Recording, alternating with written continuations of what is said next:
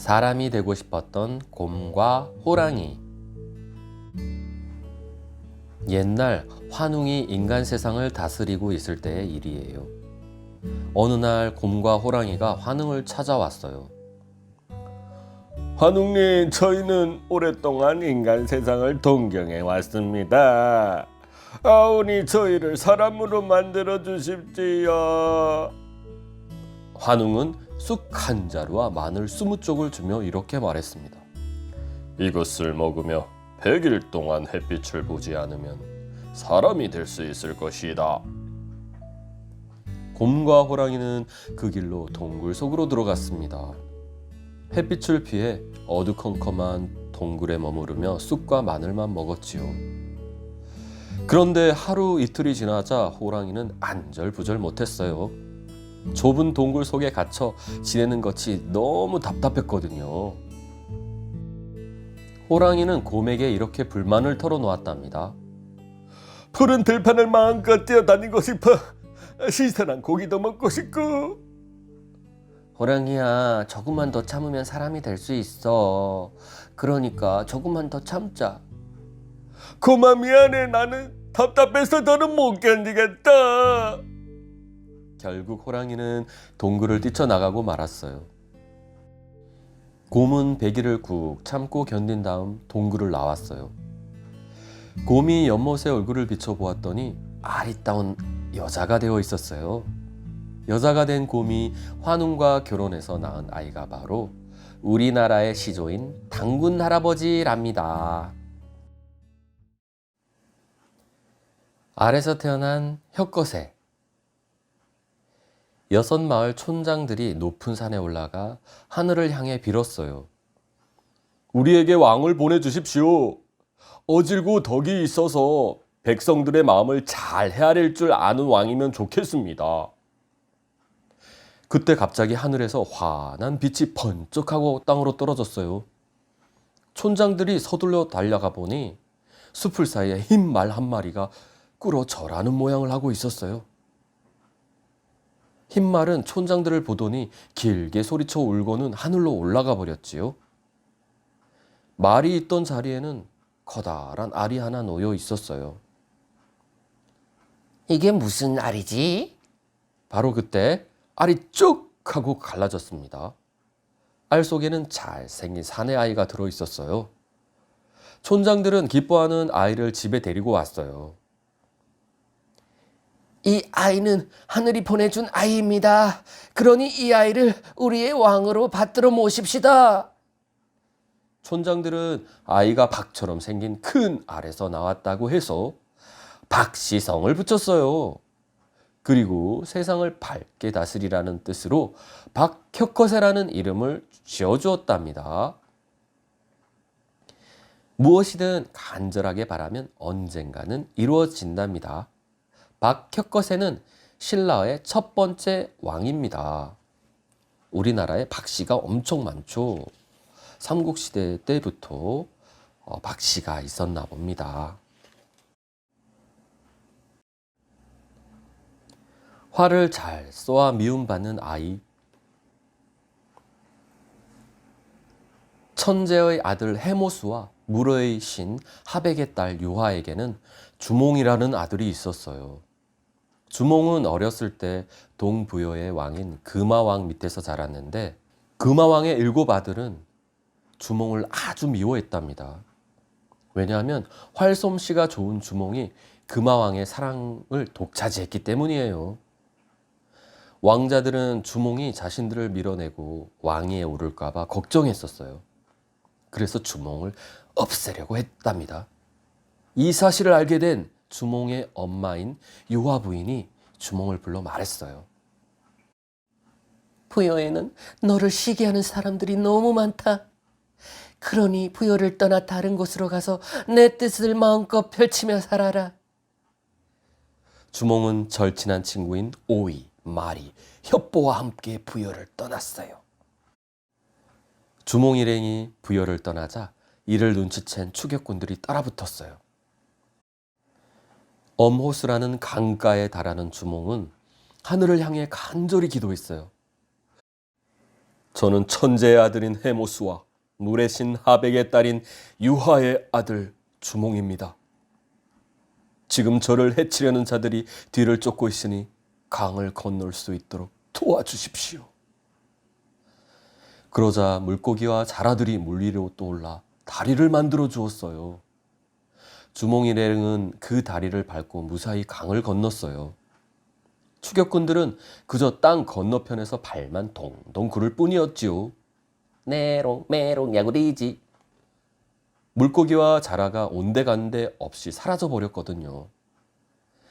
이렇게 해서 무사히 부여를 떠난 주몽은 졸본으로 건너가 고구려, 우리나라가 어마어마하게 땅을 넓혔던 시대죠. 고구려를 세워 자신의 뜻을 마음껏 펼칠 수 있었답니다. 하늘은 스스로 돕는 자를 돕는답니다. 주몽왕, 동명성왕은 고구려의 첫 번째 왕입니다. 아버지의 증표를 찾은 유리. 주몽의 아들인 유리는 아버지 없이 어머니 손에서 자랐어요. 어느 날 유리는 참새를 잡다가 실수로 그만 물동이를 깨뜨리고 말았어요. 화가 난 물동이 주인은 유리를 보며 혀를 찼어요. 누가 압이 없는 자식이 아니랄까봐. 이 말을 들은 유리는 부끄러워서 얼굴을 들 수가 없었어요. 그날 저녁 유리는 너무 속이 상해서 어머니에게 아버지에 대해 캐 물었답니다. 어머니 예시 부인은 유리에게 고구려의 왕 주몽이 아버지임을 알려주었어요. 유리야, 아버지를 만나고 싶다면 7 모난 돌 위에 있는 소나무 밑을 찾아보거라. 그곳에 네 아버지가 숨겨놓은 증표가 있을 것이다. 유리는 어머니의 말을 듣고 아버지가 남긴 증표를 찾기 위해 온 산을 헤매고 다녔어요. 하지만 아무리 찾아다녀도 7 모난 돌 위에 있는 소나무를 찾을 수가 없었답니다. 그러던 어느 날 유리는 지친 몸으로 마루에 털썩 주저앉았어요. 그때 기둥과 주춧돌 사이에서 날카로운 새소리가 들렸어요. 유리는 이상한 생각이 들어서 주춧돌을 살펴보다가 주춧돌이 칠각형이라는 사실을 알게 되었어요. 그래, 바로 이거야. 7 모난 돌 위에 있는 소나무는 칠각형의 주춧돌 위에 있는 이 기둥을 말하는 거야. 유리는 기둥 밑에서 부러진 칼 조각을 찾아 아버지를 만나러 갔어요. 주몽은 부러진 칼 조각을 보고 유리가 자신의 아들임을 단번에 알았지요. 덕분에 유리는 그토록 그리워하던 아버지를 만날 수 있었답니다. 아버지를 그리워하는 아들의 마음을 막을 수 있는 것은 아무것도 없답니다. 유리왕은 고구려 제2대 왕입니다. 호동왕자와 낭낭공주. 고구려 대무신왕의 둘째 아들인 호동왕자는 잘생긴 청년이었어요. 어느 날 호동왕자는 고구려에 복종하기로 한 옥조 땅에 갔다가 낭낭군의 태수 최리를 만나게 되었어요. 최리는 늠름하고 잘생긴 호동왕자가 마음에 쏙 들었어요. 최리는 호동왕자를 사위로 삼고 싶었어요. 그래서 이렇게 말했어요. 왕자님, 저희 낭낭군에도 경치 좋은 곳이 많답니다. 저와 함께 가지 않으시겠습니까? 호동왕자는 낭낭이 어떤 나라인지 알고 싶어서 최리를 따라갔어요. 최리는 호동왕자를 위해 궁궐에서 성대한 잔치를 베풀었어요. 그 자리에서 호동왕자는 최리의 딸인 낭낭공주와 첫눈에 반해 얼마 동안 함께 지냈지요. 하지만 낭낭은 고구려가 정복하려는 땅이었어요. 고구려로 돌아온 호동왕자는 낭낭공주에게 사람을 보내 이렇게 전했어요. 당신 나라의 무기고에 있는 자명고를 찢으시오. 그렇게 해야만 나를 볼 수 있을 것이오. 낭낭에는 적이 쳐들어오면 스스로 소리를 내는 자명고라는 북이 있었거든요. 낭낭공주는 고민 끝에 몰래 자명고를 찢었답니다. 대무신왕과 호동왕자는 자명고가 찢어졌다는 이야기를 듣고 군대를 이끌고 낭낭으로 쳐들어갔어요. 최리는 고구려군이 궁궐로 몰려오고 있다는 보고를 받고 깜짝 놀랐어요. 아니, 어쩌면 자명고가 울리지 않았단 말인가? 최리는 사랑에 눈이 먼 낭낭공주가 자명고를 찢은 사실을 알게 되었어요. 화가 머리끝까지 난 최리는 낭낭공주를 죽였어요. 뒤늦게 이 사실을 알게 된 호동왕자는 죽은 낭낭공주를 부둥켜 안고 슬피 울었답니다. 불쌍한 낭낭공주. 사랑은 아름다운 감정이지만 때로는 비극을 불러일으키기도 합니다. 호동왕자는 고구려 대무신왕의 둘째 아들입니다. 떡을 깨물어 왕이 된 유리. 어떻게 떡을 깨물어서 왕이 됐을까? 신라의 남해왕은 둘째 아들인 유리를 몹시 사랑했어요. 그래서 유리를 태자로 삼아서 자신의 뒤를 잇게 할 생각이었지요. 하지만 사위인 탈해의 세력이 커져가자 은근히 걱정이 되었답니다. 남해왕은 오래 고민하다가 죽기 직전에 이렇게 유언을 남겼어요. 탈해와 유리는 성품이 온화해서 둘 다 내 뒤를 잇기에 적당하다. 그러니 둘 중 더 현명한 사람을 왕으로 세우도록 해라. 남해왕이 죽자 신하들은 탈해 편과 유리 편으로 나뉘었죠. 유리는 신하들이 편을 나누어 다투는 것을 원하지 않았어요. 그래서 탈해에게 왕위를 양보하려고 했답니다. 탈해 역시 신하들이 다투는 것을 원하지 않았어요. 그래서 이런 제안을 했답니다. 왕의 자리는 아무나 오를 수 없소. 성스럽고 지혜 있는 자는 이가 많다고 하니 떡을 깨물어서 이가 많은 사람을 왕으로 받듭시다. 신하는 탈해의 제안대로 하는 것이 바람직하다고 생각했어요. 그래서 유리와 탈해는 신하들이 지켜보는 앞에서 떡을 깨물게 되었답니다. 유리와 탈해가 떡을 깨물자 신하들이 떡에 찍힌 예술을 헤아리기 시작했어요. 술을 하나하나 헤아려 보니 유리의 입자국이 더 많았어요. 덕분에 유리는 신라의 새로운 왕이 될 수 있었지요. 유리는 자신이 왕이 될 수 있었던 것은 탈해의 덕이라고 생각했어요. 그래서 탈해를 더욱 믿고 의지했답니다. 양보만 한 미덕은 없습니다. 때로는 양보가 성공의 가장 좋은 방법이기도 합니다. 유리왕은 신라의 3대 왕입니다.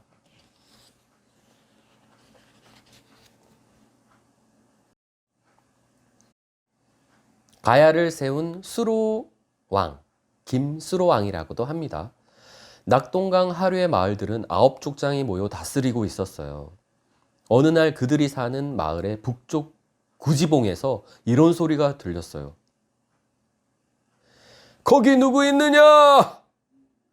족장들은 그 소리를 듣고 이렇게 대답했어요. 네, 우리가 여기 있습니다. 그러자 다시 이런 소리가 들렸어요. 나는 하늘의 명령을 받고 이곳에 새 나라를 세우려고 한다. 그러니 나를 맞이하기 위해 노래를 부르고 춤을 추어라. 족장들은 소리가 시키는 대로 노래를 부르고 춤을 췄어요. 거부가 거부가 머리를 내밀어라. 내물지 않으면 구워서 먹을 테다. 노래와 춤이 무르익자 하늘에서 자주색 끈이 내려왔어요. 그 끈에는 붉은 보자기에 쌓인 금빛 상자가 매달려 있었어요. 상자 속에는 금빛 알이 6개 들어있었지요. 족장들은 그 알들을 가져다가 소중하게 돌보았어요. 며칠 뒤 알 속에서 6명의 사내 아이가 나왔어요. 족장들은 금빛 알에서 나왔다고 해서 아이들에게 김씨성을 붙였어요. 김씨성을 붙였어요. 그리고 가장 먼저 태어난 아이에게는 수로라는 이름도 지어주었답니다. 귀중한 것을 그냥 얻을 수 없습니다. 귀중한 것을 얻기 위해서는 정성을 들여야 해요. 수로왕은 김의 김씨의 시조이며 후에 가야를 세웠답니다. 책 읽는 마부 아직기. 이름이 재밌네요. 백제 아신왕은 외국과 친하게 지내려고 노력했어요. 고구려를 견제하기 위해서는 외국의 힘이 필요했기 때문이지요. 아신왕은 외국 왕에게 잘 보이려고 백제에서 제일 좋은 말 암수 2마리를 선물했어요. 말뿐만 아니라 아직기라는 말을 돌보는 마부도 함께 보냈답니다. 그는 말들이 낯선 땅에서 잘 적응할 수 있도록 정성껏 돌봤어요. 때맞춰 사료도 먹이고 빗질도 하고 병마가 되는 훈련도 시켰어요. 아직기는 낮에는 일을 하느라 외로운 줄도 몰랐어요. 하지만 밤이 되면 두고 온 가족들 생각에 밤잠을 이루지 못했답니다. 외로움을 달리기 위해서 아직기는 유교 경전을 읽기 시작했어요. 어느 날 외국 왕 오오 진천왕이 지나가다가 아직기가 읽는 소리를 듣고 깜짝 놀랐어요. 아직기가 책 읽는 소리를 듣고 깜짝 놀랐대요. 아니, 마부가 글을 읽을 줄 알다니. 다음날 오오 진천왕은 아직기를 불러 이렇게 말했어요. 짐이 어제 지나가다가 그대가 책 읽는 소리를 들었노라. 마부가 글을 읽을진데 백제의 학문이 뛰어난 자가 얼마나 많겠는가. 그러하옵니다. 왕인이라는 박사가 훌륭하십니다.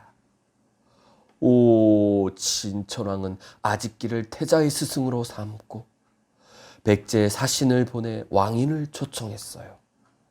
왕인은 일본에 건너가 태자와 일본 학자들에게 유교 경전을 가르쳤어요. 덕분에 일본어의 고대 문화인 아스카 문화가 활짝 피어날 수 있었답니다. 성실한 사람은 누구에게나 인정받는 법입니다. 아직기는 백제 아신왕 때의 학자입니다. 돌이 된 아내. 남편을 기다리다가 돌이 된 아내. 망부석이라고 하죠. 아내가 돌이 돼버렸대요. 어떡해. 신라 눌지왕에게는 복호와 미사은이라는 동생이 있었어요. 복호와 미사은은 고구려와 외국의 인질로 잡혀가 있었답니다. 눌지왕은 동생들을 구하기 위해 박재상을 사신으로 보냈어요.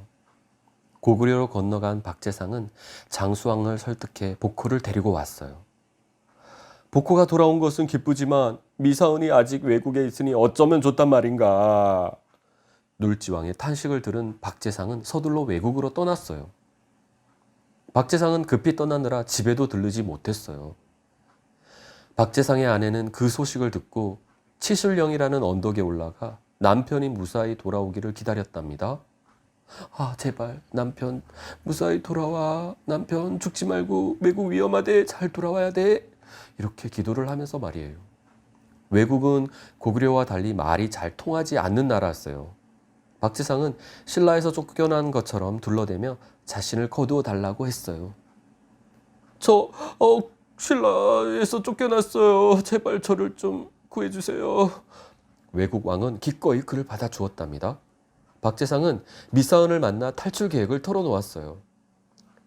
나으리, 두 사람이 함께 탈출하는 것은 위험합니다. 신이 남아서 저들을 안심시킬 테니 그 사이에 빠져나가십시오.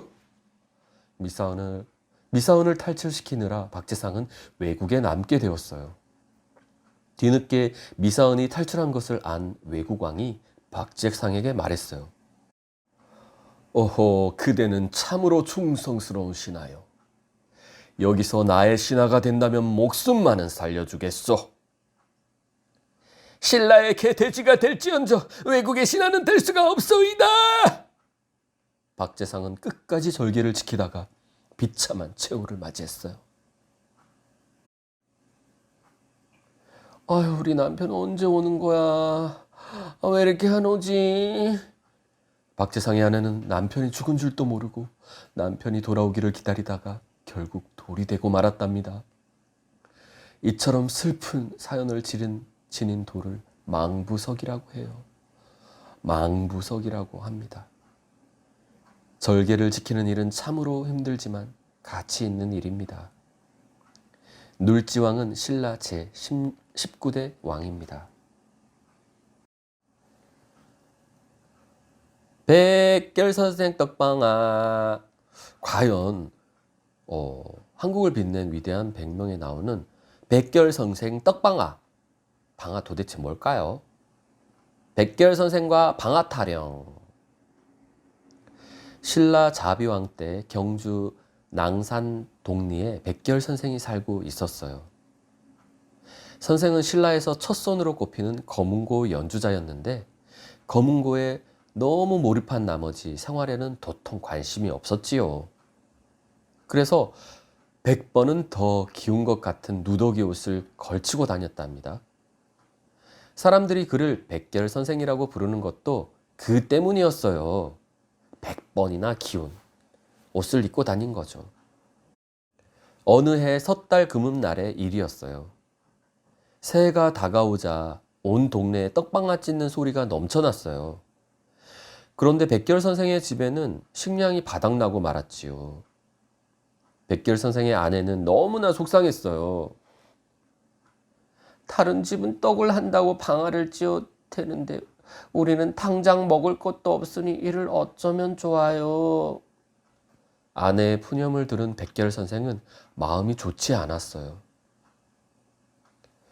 세상 만사 모든 일이 다 하늘의 뜻에 달렸으니 너무 슬퍼마오. 그런 의미에서 내가 당신을 위해 떡방아를 찧어주리다. 네? 쌀 한 톨도 없는데 떡방아를 찢겠다니요. 아내는 영문을 모르겠다는 얼굴이었어요. 백결 선생은 거문고를 끌어당겨 무릎에 놓고 아내를 위해서 연주를 시작했어요. 덩덕쿵 덩덕쿵 쿵덕덩덕 덩덕쿵 쿵덕쿵 덩덕쿵 쿵덕쿵덕 덩덕쿵. 백결 선생이 거문고 줄을 튕길 때마다 떡방아 찢는 소리가 났어요. 백결 선생의 아내는 기가 막혀 울다가 웃다가 했습니다. 가난 속에서도 항상 여유로운 마음을 잃지 않는 지혜가 필요합니다. 백결 선생은 신라의 충신 박재상의 아들로 거문고 명인이었답니다. 바둑을 잘 둔 도림. 고구려 승려 도림이 죄를 짓고 백제로 쫓겨났어요. 백제 계로왕은 그를 불쌍히 여겨 목숨을 살려주었어요. 그러자 도림이 계로왕에게 말했어요. 전하께서 바둑을 좋아하신다고 들었습니다. 소인이 소시적에 바둑을 좀 두었습니다. 하오니 소인과 바둑 한 판 두시는 게 어떻겠습니까? 바둑을 좋아하는 계로왕은 도림의 실력이 어느 정도인지 궁금했어요. 그래서 도림과 바둑을 두었답니다. 과연 도림은 바둑에 일가견이 있었어요. 그대를 좀 더 일찍 만났다면 얼마나 좋았을꼬. 계로왕은 도림을 곁에 두고 심심할 때마다 바둑을 두었어요. 두 사람은 바둑을 두면서 이런저런 이야기를 주고받았어요. 전하, 신이 보기에 백제의 궁궐은 너무 초라합니다. 새로 큰 궁궐을 지어 왕실의 권위를 높이는 게 어떻겠습니까? 오, 그거 참 좋은 생각이구려. 계로왕은 도림의 충고를 받아들여 새로운 궁궐을 지었어요. 계로왕이 새 궁궐을 짓느라 많은 돈을 쓰는 바람에 백성들의 생활은 어려워졌답니다. 백제의 창고가 바닥나고 모든 인력이 궁궐 짓는 데 동원된 틈을 이용해 고구려 장수왕이 쳐들어왔어요. 사실 도림은 장수왕의 명령을 받고 백제로 건너온 첩자였거든요. 이 사실을 알 리 없는 계로왕은 결국 장수왕의 손에 붙잡혀 비참한 최후를 맞이했답니다. 판단은 언제나 신중히 해야 합니다. 도림은 고구려 장수왕의 승려입니다. 가짜 맹수로 우상국을 얻은 이사부. 신라 장군 이사부. 이 노래의 이사부. 신라 장수인 이사부는 소원이 하나 있었어요. 이것은 지금의 울릉도인 우상국을 손에 넣는 것이었지요. 그런데 우상국 사람들은 산업기로 소문나 있었어요. 게다가 우상국은 험준한 지세 때문에 접근하기조차 어려웠답니다. 이사부는 이런저런 궁리 끝에 한 가지 꾀를 생각해냈답니다. 지금 당장 짐승 모양의 허수아비를 만들도록 하라. 이사부는 사나운 짐승을 닮은 허수아비들을 만들게 한 다음 여러 척의 배에 나누어 실었어요. 모든 준비가 끝나자 이사부는 배를 이끌고 우상국으로 출발했어요. 이사부는 우상국 앞바다에 다다르자 이렇게 소리쳤어요. 지금 이 배에는 맹수들이 가득하다. 만약 너희들이 신라에 항복하지 않는다면 맹수들을 풀어 너희들을 모두 잡아먹게 하겠다. 우상국 사람들은 배에 실린 낯선 맹수들을 보고 기겁을 했어요. 신라에 항복합시다. 괜히 저들과 맞섰다가는 맹수들의 밥이 되고 말 거예요. 그렇게 합시다. 좋겠어요. 좋겠죠. 우상국 사람들은 지레 겁을 먹고 순순히 항복을 했어요. 덕분에 이사부는 전쟁 한 번 치르지 않고 우상국을 손에 넣을 수 있었답니다. 유능한 전략가는 패하지 않을 태세를 갖춘 뒤에 적을 무찌른다고 했어요. 먼저 계획하고 실천에 옮기도록 하세요.